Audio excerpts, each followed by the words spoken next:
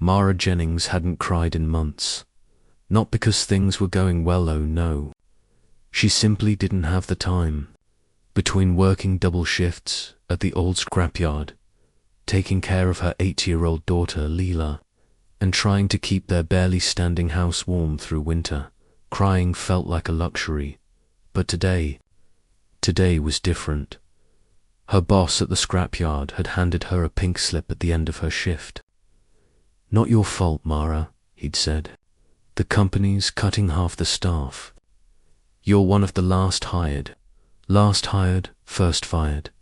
She drove home in silence, her hands shaking on the wheel.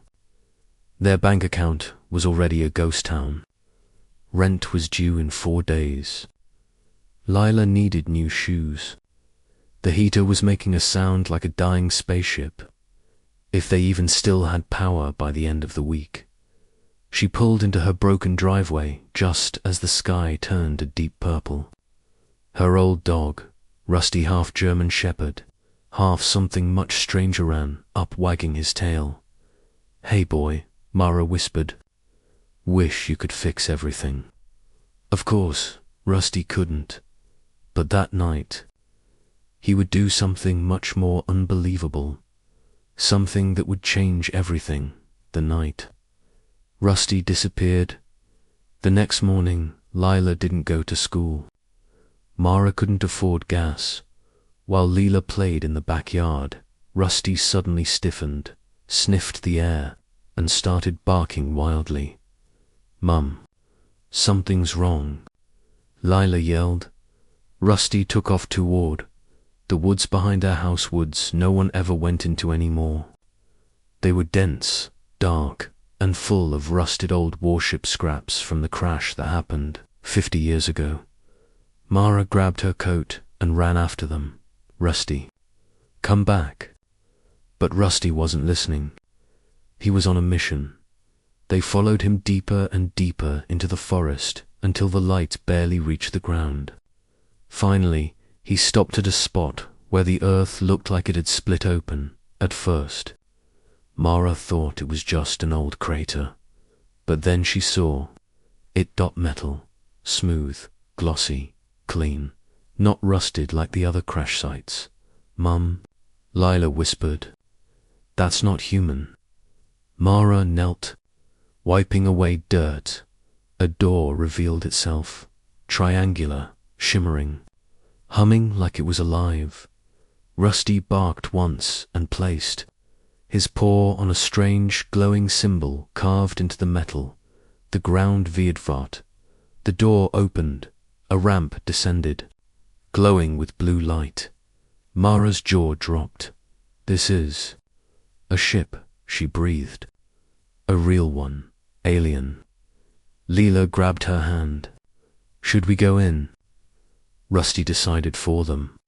Tail wagging, he bolted up the ramp. Mara swallowed hard.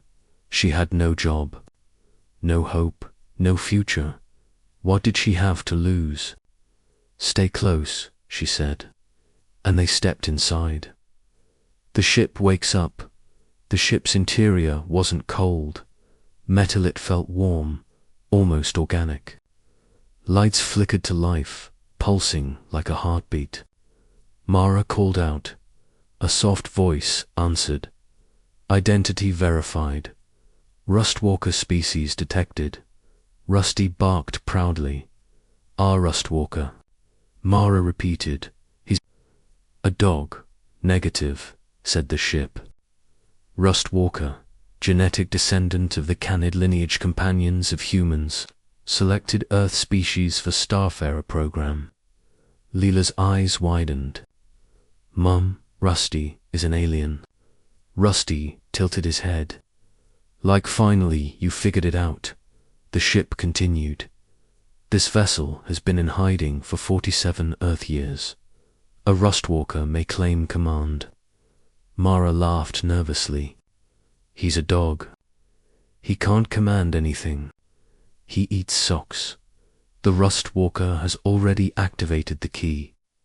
Rusty barked again and pressed his paw on another glowing symbol. The entire ship powered up. Screens lit, engines hummed, data flowed like rivers of light. The ship spoke once more, voice warm and ancient. Humans may serve as secondary commanders. Do you accept? Mara hesitated. She had nothing. No job, no future, no stability for her daughter. What kind of mother was she? But then Lila squeezed her hand. Mum, maybe this is our second chance. Mara exhaled. I accept. The ship's core flared with light. Welcome. Human Mara Jennings, your journey begins. A ship with a mission they spent hours exploring. Rooms unfolded like blooming flowers, sleeping pods. Storage areas, strange alien devices, maps of the galaxy. Rusty seemed to understand everything, as if his instincts were unlocking the ship's systems one by one. Finally, they reached what looked like a central chamber. Inside was a floating crystalline sphere containing tiny fragments of star charts. Ship, Mara said, why are you here? The lights dimmed. This vessel is a refugee ark. Its original crew perished during the Kral invasion of Solar Sector. 7. IT was sent to Earth to find the last companions capable of bonding with its system. You mean Rusty? Leela said. Correct. The Rustwalkers are extinct elsewhere in the galaxy. This one is the last. Mara looked at her dog, her old, loyal Rusty, and felt her chest tighten. He wasn't just special. He was chosen. Ship, Mara said slowly. What do you want from us? The ship's voice softened, almost sad. To continue the mission, to protect, to explore, to find survivors of other fallen worlds, but without a commander. I have slept for almost 5 decades. Lila ran her fingers over the glowing floor. We can help you. Mara stared at her daughter.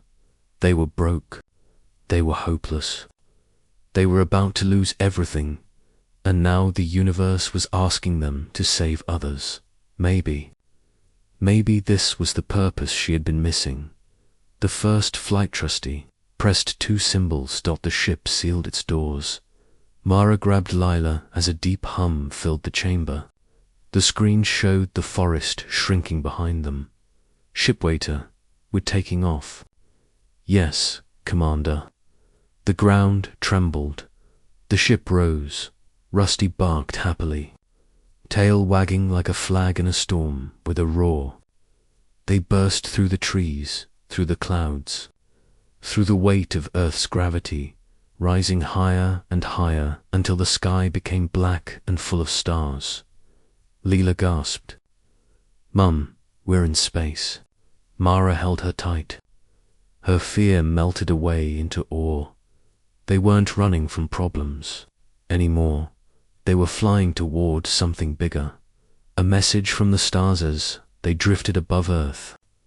The ship projected a hologram, a star map with glowing red points. Ship, Mara whispered. What are those? Distress signals.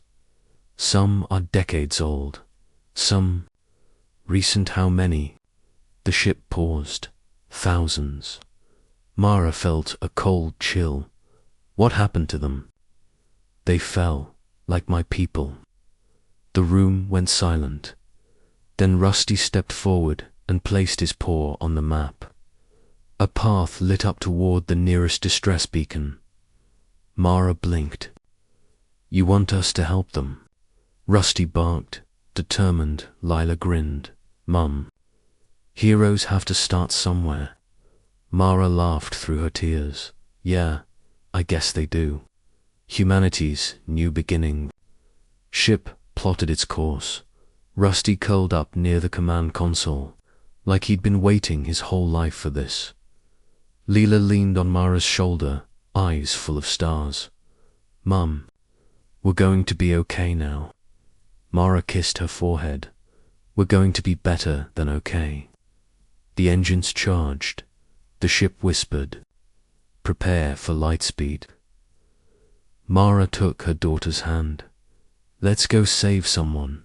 And with a thunderous burst of cosmic light, the alien Ark ship, guided by a loyal dog, a brave mother, and a hopeful child, shot into the stars, beginning a journey that would one day make them legends across the galaxy.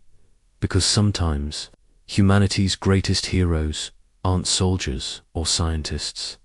Sometimes they're just a mother, her daughter, and a dog who refused to stop believing. Asterisk.